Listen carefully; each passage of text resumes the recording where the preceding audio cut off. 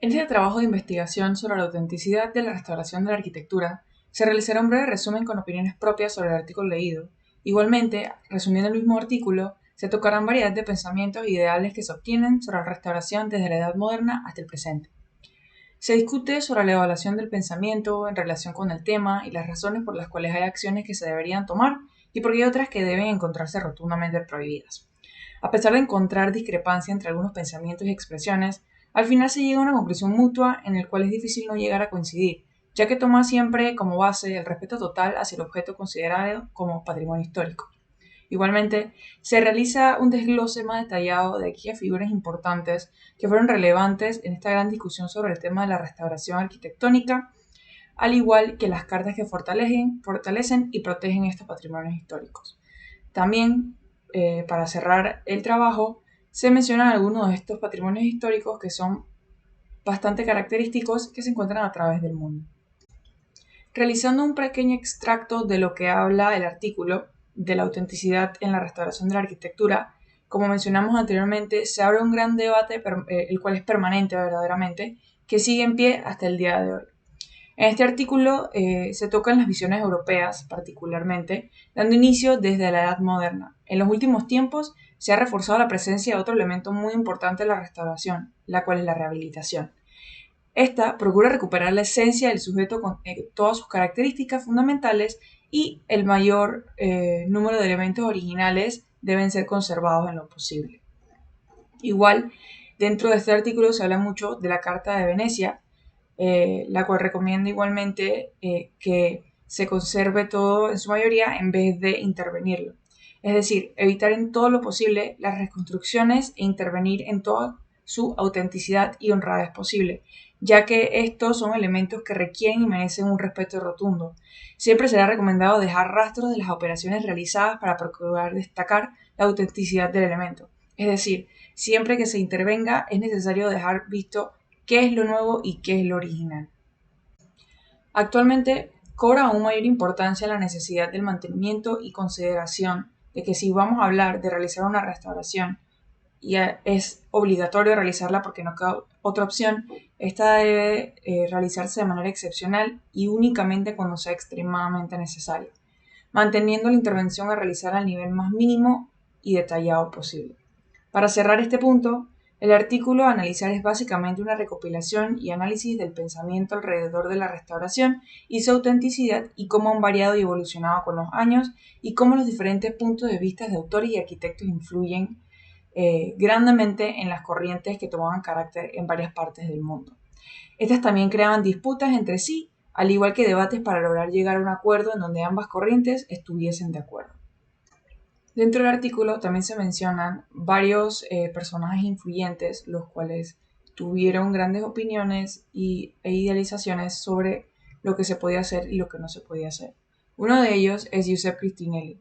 Él era un arquitecto italiano graduado en Venecia. Destaca grandemente no solo en el campo de la arquitectura y la restauración, sino también en el de las ciencias y las matemáticas. Tenía grandes intereses que iban desde el diseño hasta el planeamiento urbano y desde la ciencia de la construcción hasta la historia de la misma. Destaca grandemente al momento de hablar sobre la restauración de la arquitectura considerada patrimonio. Él establece y menciona varias veces la importancia de que el uso del monumento es tan importante como el valor histórico del mismo, al igual que lo estético. Se le puede colocar en la corriente como defensor del valor patrimonial del monumento arquitectónico. Él es redactor de la Carta de Cracovia 2000, de la cual hablaremos más adelante, y en donde en esta misma se determina fijar los conceptos y principios de la conservación y restauración del patrimonio construido. También está Giuseppe Balladir, quien también fue un arquitecto, urbanista y arqueólogo. Él era grandemente conocido por su expresión neoclasicista en la ciudad de Roma y también se dedicó a construir obras desde cero, pero también a conservarlas y restaurarlas. Una de sus restauraciones más importantes fue el Arco de Tito en Roma. Él se lleva de la mano con otro personaje influyente, quien es Raphael Stern, y juntos poseían la misma opinión referente a la conservación del patrimonio. Esta opinión es la de definir claramente en una restauración los materiales originales de los nuevos para poder entonces distinguir qué era y qué no era. Esto denota aún más en su práctica de la restauración. Él define este concepto que él tiene precisamente en el anfiteatro Flavio, cuando le toca apuntalar el anillo exterior del teatro y la consolida con ladrillo y travertino en vez de los elementos de los acabados originales. Otro personaje muy influyente fue Viollet-le-Duc, es bastante controversial, se llama Emmanuel. Él fue reconocido como arquitecto, escritor y arqueólogo francés. Se dedicó principalmente a realizar restauraciones e invenciones, tal y como lo dice la palabra, de patrimonios históricos que compusieran monumentos medievales. Era altamente criticado por sus métodos y soluciones al momento de intervenir en el patrimonio, ya que eran muy bruscas y causaban la pérdida de autenticidad de muchos de los monumentos que intervenían. Igualmente, un personaje que influyó muchísimo en los pensamientos sobre los patrimonios históricos fue Camilo Boito. Boito fue una figura que influyó grandemente en el campo de la restauración. Fue un elemento clave en lo que se toma como restauración hoy en día. Él buscaba ofrecer carácter en su arquitectura, permitiéndole ser única en su manera de expresión. Si hablamos de su posición específica en opiniones sobre la restauración, Boito se encuentra en un medio entre aquello que movía el pensamiento de Ruskin y el pensamiento de Viollet-le-Duc. En otras palabras, Boito se negaba a aceptar el monumento como un objeto sin intervenir, en cambio, pero tampoco podía intervenirse de manera maliciosa, arbitraria o falsa. Esto causó que varios arquitectos contemporáneos se pudiesen sentir más seguros al momento de intervenir un elemento de patrimonio, logrando a la vez mantener su autenticidad sin crear mayores errores. También podemos hablar de Giovanni Carbonara, el cual mantenía un punto de vista en la restauración bastante importante.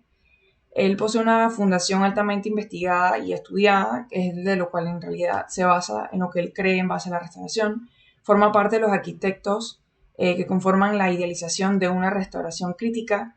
Se dirige bien a su valor cultural e histórico, sin dejar por fuera su esencia artística, conectividad y capacidad de unirse al tejido urbano y al paisaje del sitio en el cual se desarrolla. Él tiene como objetivo establecer un tipo de diálogo sano entre lo antiguo y lo original y la intervención de mantenimiento que se está intentando dar sobre el patrimonio. En una escritura él menciona que la restauración responde principalmente a la necesidad de la conservación y la transmisión al futuro, lo cual es básicamente un buen resumen de lo cual él idealiza al momento de hablar de restauración.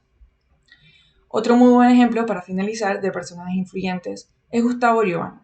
A pesar de graduarse como ingeniero civil, Gustavo Giovanni posee una idealización muy influyente sobre la restauración del patrimonio. Él cree que si la restauración sale correctamente, esta no debería causar ningún tipo de confusión y dudas, ya que no se debería poder distinguir lo nuevo del original.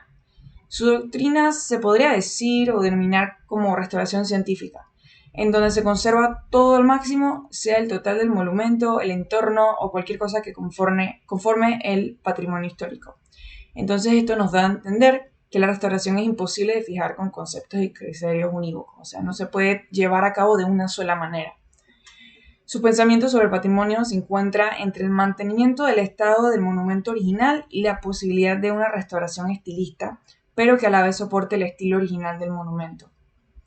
Hay muchos otros personajes que valen la pena mencionar, los cuales no solo son arquitectos, sino autores que tuvieron grandes opiniones de cómo debería intervenirse un patrimonio histórico, los cuales son Ventura Rodríguez, Rafael Stern, Paolo Marconi, Ferdinand Gilmeri, James Wyatt, Catherine McKinsey, Luca Beltrami, Aníbal Álvarez, Masagatsu Nishida, Manuela Tamadín y muchos otros. Medio avanzamos leyendo el artículo, vemos que se mencionan varias cartas que son extremadamente importantes, ya que estas establecen pautas las cuales deberían de seguirse para poder lograr mantener un patrimonio histórico a su 100%. Dentro de las cartas que se mencionan se encuentra la Carta de Atenas. En esta carta se contemplan los aspectos más relevantes de la conservación y restauración de patrimonio histórico urbano. Se habla de la importancia de tomar la conservación como principio antes de llegar a pensar en necesitar restaurar. En la carta también se aplica que si se llegase a necesitar restaurar porque la conservación deja de ser una opción, va a ser necesario que se sigan diferentes pautas para realizar dicha restauración con todo el respeto necesario. También nos encontramos con la Carta de Venecia de 1964, la cual es un documento el cual ya hemos tenido la oportunidad de analizar anteriormente. En esta se examina de manera separada los términos y detalles que conlleva la conservación y la restauración, ambos vistos como elementos separados. Dentro de la misma se detalla la conservación como un tipo de mantenimiento al existente, en donde todo mantenga su mismo orden y no preste alteración a la distribución y aspecto original del monumento. También podemos hablar de las cartas italianas del restauro, las cuales son súper importantes. En ellas se tocan varios puntos de los cuales no son solo dados en un solo año, sino que es una carta que se conforma por varias cartas, de ahí viene el nombre, ya que a medida fuimos evolucionando nuestra forma de intervenir, de la misma forma se fueron agregando diferentes cartas a este grupo para poder seguir trabajando los elementos de patrimonio histórico. Por ello mismo se le conoce como cartas, ya que, bueno, dependiendo de los nuevos surgimientos y estudios realizados, las nuevas pautas de conservación formaban parte de estas. Los varios puntos de conservación que tocaban estas cartas van de la conservación pictórica y pintoresca a la conservación de las diferentes estratificaciones de un monumento. Hacen numerosamente énfasis entre las diferencias y necesidades de lo que puede ser el mantenimiento, la consideración y la restauración de un monumento. También podemos hablar de la Carta de Ámsterdam, que es bastante influyente, en donde se hace énfasis en la conservación del patrimonio histórico. Es una tarea que le pertenece a todos, en este caso a todos aquellos que forman parte de la Unión Europea, ya que estamos hablando exclusivamente de esa parte. El documento recomienda a los estados adoptar medidas de carácter obligatorio para mantener un grado de conservación saludable y respetable a lo largo de sus monumentos históricos. La política debe estar orientada hacia la conservación del patrimonio arquitectónico y de esta manera debe permitir potenciar e inducir el interés público hacia el respeto y por lograr emplear dicha política a sus habitantes. Esta carta es bastante particular porque se le adjunta a la Carta Europea de Patrimonio Arquitectónico, la cual ocurre el mismo año.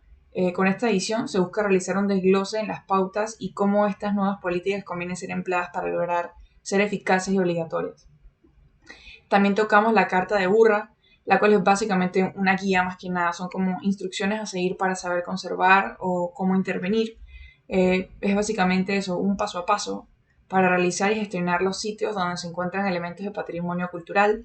En ella se provee un tipo de, pues como se dijo anteriormente, paso a paso para la conservación y gestión de los sitios con algún tipo de significado cultural o patrimonio histórico y es utilizada con datos anteriores, basados en conocimientos anteriores, para poder entonces ser aplicados hoy en día.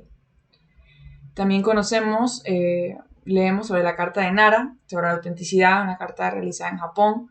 Esta nace a base de las pautas ya establecidas en la Carta de Venecia, de hecho, en la cual se fundamenta grandemente y permite ampliarla más que nada, ya que el alcance de la restauración de patrimonio ha crecido desde la redacción de la misma Carta de Venecia.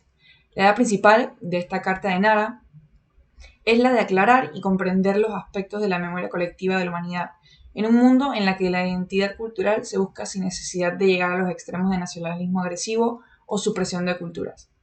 Finalmente, una de las cartas más recientes es la Carta de Cracovia del 2000, en donde se redacta la necesidad de la participación de personalidades de gran importancia en el mundo científico y el académico, que aporten de sus estudios y teorías para la conservación y la restauración del patrimonio histórico. Siendo una de las cartas más recientes, ya más cercana al presente, es de las cartas que más elementos toma en consideración cuando se habla de patrimonio. Entre las novedades se encuentran nuevas formas en las cuales se valoran las diversidades de las culturas y la clasificación de patrimonios, al igual que el cuidado de ambos aspectos. La nueva idea es más dinámica, ya que es en base a que la memoria siempre busca redactar o rescatar lo que se encuentre en el olvido de cualquier patrimonio histórico.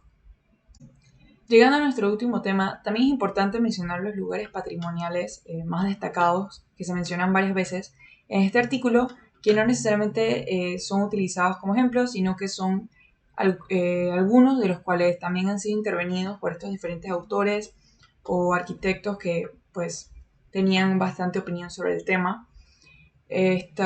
Por ejemplo, está el Palacete de la Casa de Campo de Madrid. También están los templos Vesta, el anfiteatro que es el Coliseo de Roma, la Acrópolis de Atenas, el Arco de Augusto en Rímini, el Templo de Malatestiano de Rímini también, el Palacio Imperial de Kioto, que es bastante característico, y la Torre del Castillo de Osaka. Para cerrar esta presentación, podemos hacer un énfasis en la importancia de saber reconocer y respetar nuestros elementos arquitectónicos de patrimonio histórico, pues representan quiénes fuimos, quiénes somos y quiénes seremos. Guardan una cualidad cultural muy importante e íntima, que siempre será necesaria recordar para poder seguir adelante. Por igual, al realizar el análisis de cómo el pensamiento de conservación evolucionó con el tiempo, ya que de mano de la tecnología y los avances de la ciencia se fueron dando en cuenta de qué podía ser lo correcto y qué no, así logrando llegar a un acuerdo a través de diferentes cartas de conservación, las cuales nos permiten hoy en día tomar las decisiones adecuadas y menos invasivas para saber si mantener o restaurar nuestros elementos de patrimonio arquitectónico. Para finalizar, no dudo que de hoy en adelante se sigan creando cambios y añadiendo cartas a las ya existentes, ya que medio evolucionamos, también ahora nuestras formas de poder conservar con mayor respeto y autenticidad aquellos que es para nosotros un legado de nuestro pasado. Gracias.